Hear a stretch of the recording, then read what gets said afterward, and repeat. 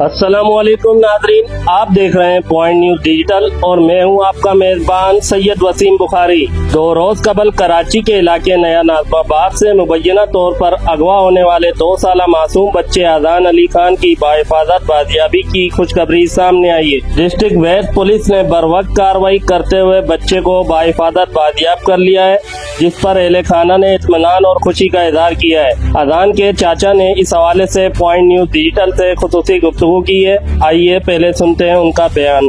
अभी हम हैं इस वक्त घरों में और माशाल्लाह अजान रिकवर हो गया है। अजान हमारे पास है, बिल्कुल ठीक है। अभी हम बस उसको अपने घर की तरफ लेकर जा रहे हैं।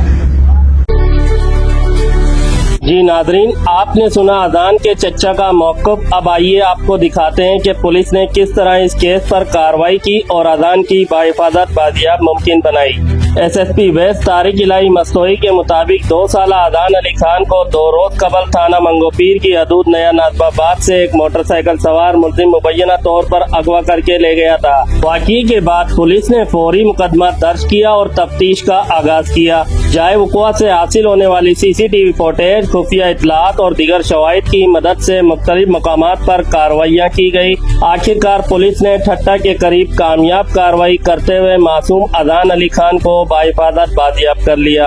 SSP वेस्ट का कहना है कि कानूनी कार्रवाई मुकम्मल होने के बाद बच्चे को वालिदैन के हवाले कर दिया जाएगा, जबकि वाक़ये में मुलव्विस मुल्जिम या मुल्जिमान की गिरफ्तारी के लिए छापे और तफ्तीश का अमल बदस्तूर जारी है। अब तक के लिए इतना ही। मज़ीद मुस्तनद और बरवक्त खबरों के लिए देखते रहें पॉइंट न्यूज डिजिटल। अपने मेजबान सैयद वसीम बुखारी को इजाजत दीजिए। अल्लाह हाफिज।